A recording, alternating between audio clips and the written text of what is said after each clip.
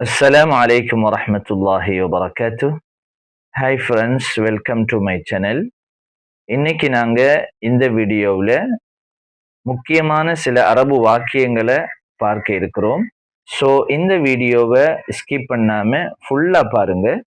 வீடியோக்குள்ள போறதுக்கு முன்னால எங்கட இந்த சேனலை நீங்க சப்ஸ்கிரைப் பண்ணாம இருந்தா சப்ஸ்கிரைப் பண்ணிக்கோங்க. வாங்க வீடியோக்குள்ள போகலாம். எங்கள பலர் பொருளாதார கஷ்டம் காரணமாக அரபு வளைகுடா நாடுகளுக்கு தொழில் தேடி போறாங்க.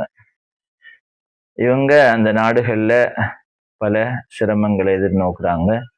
அந்த பிரச்சனைகள் சிரமங்கள்ல ஒண்ணுதான் மொழி பிரச்சனை.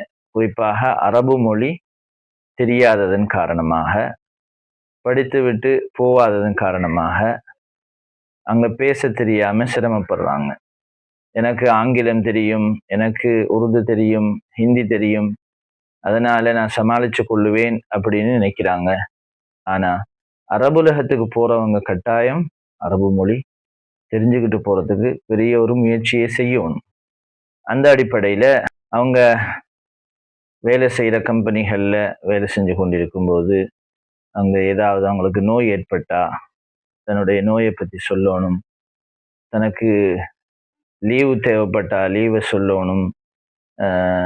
இந்த மாதிரியான சில வாக்கியங்கள் நாங்க தெரிஞ்சிருக்கணும். அந்த வகையில நாங்க முதலாவது பார்ப்போம், ஐ எம் சிக் அல்லது ஐ எம் ஃபீலிங் சிக்னஸ். எனக்கு உடம்பு சரியில்லை, நான் நோய்வாய்ப்பட்டிருக்கிறேன், நான் நோயாளியாக இருக்கிறேன் அப்படின்னு ஸ்டாண்டர்ட் அரபிக்ல சொல்றதுக்கு அன மரீத், அன மரீத் அல்லது அன அஷ்உரு பில் மரத், அன அஷ்உரு பில் மரத்.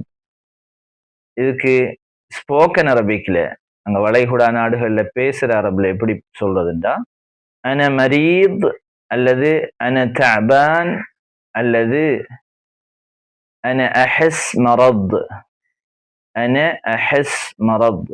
I want a vacation for a week. எனக்கு ஒரு வார விடுமுறை தேவை, ஒரு வாரத்துக்கு ஒரு லீவ் ஒன்று தேவை அப்படின்னு சொல்றதுக்கு ஸ்டாண்டர்ட் அரபிக்ல அன உரீத் இஜாஸா லி உஸ்பூ, அன உரீத் இஜாஸா லி உஸ்பூ. இதுக்கு ஸ்போக்கன் அரபிக்ல அன அப்கா இஜாஸா லி உஸ்பூ அல்லது அன அபி இஜாஸா லி உஸ்பூ. Tomorrow I will go to the country.